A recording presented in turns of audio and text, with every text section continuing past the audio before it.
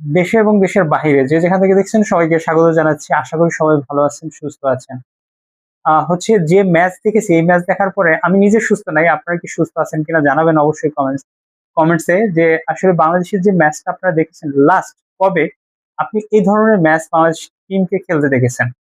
যেখানে আসলে আপনারা বাংলাদেশ টিমের যে সাকিব আল হাসান, মুশফিকুর রহিম, মাহমুদুল্লাহ রিয়াদ, মাশরাফি বিন মুর্তজা এদের বিকল্প হিসেবে আপনি কাকে দলে নিয়েছেন? বা আপনার বাংলাদেশ টিমে কি কোনো বাংলাদেশে কি এর চেয়ে কোনো বেটার কোনো আপনার কোনো হচ্ছে আপনার প্লেয়ার বাংলাদেশের টিমে নাই? আপনি একটা ব্যাটসম্যান, আপনার কি বলবো যে খেলা দেখছিলাম, দেখে মনে হচ্ছে বাংলাদেশ মনে হচ্ছে পৃথিবীর যত ভয়ঙ্কর ভয়ঙ্কর বোলার আছে সবগুলো বলার ফেস করতেছে। মনে হচ্ছে আফগানিস্তানের যে বলাররা যে বল করতেছে এই বল জীবনে বাংলাদেশের প্লেয়াররা কোনোদিন দেখে নাই।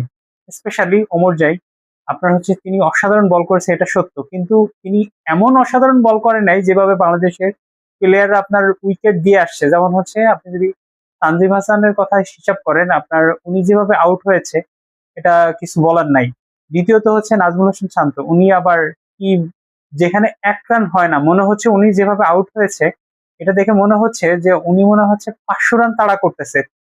50 ওভারে 500 রান উনি চেস করতেছে, এরকম মনে হচ্ছে যেখানে এক রান সেটাকে আপনি ডাবল করতে গিয়ে রান আউট হলেন। কি বললেন আপনি হচ্ছে আত্মহত্যার মতো একেবারে একটা কাজ করে ফেলছেন। এরপরে হচ্ছে আপনার সাইফ হাসান, তিনি আগের দিনের মতো স্টার্টটা ভালো পেয়েছিলেন, ক্যারি করতে পারে নাই। ওনাকেও দেখে মনে হচ্ছিল যে উনি হচ্ছে হয়তো তড়িঘড়ি করে ওনার প্যাভিলিয়নে আসতে হবে। মেবি হচ্ছে ওনার প্যাভিলিয়নে কেউ বসে আছে, তাকে তিনি সময় দেওয়ার জন্য তড়িঘড়ি করে উনি একটা ওভারে ওমর দেখলেন যে উনি খুব ভালো বল করতেছেন।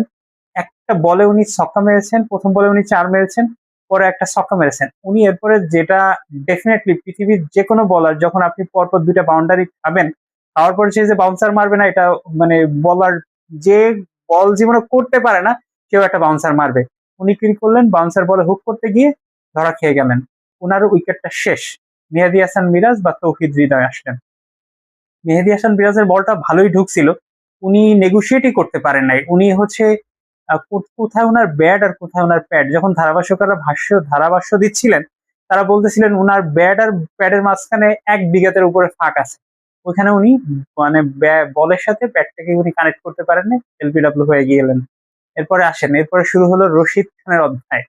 রশিদ খানের বল দেখে আমার কাছে স্পেশালি কয়েকজন প্লেয়ারের খেলা দেখে একেবারে 2020 সিরিজ থেকে মনে হচ্ছে যে এই ধরনের বল বাংলাদেশের প্লেয়াররা কোনোদিন খেলে নাই। যেমন হচ্ছে আপনি যদি একবারে শুরু থেকে নুরুল হাসান সোহান, প্রথমে আমরা আসলে তৌহিদ হৃদয় দিয়ে বলি, উনি খুব ভালো ক্যারি করতেছিলেন, স্টার্ট করতেছিলেন। আগে লাস্ট যে ম্যাচটা গেল ওই ম্যাচে উনি কিন্তু 56 রান করেছিলেন।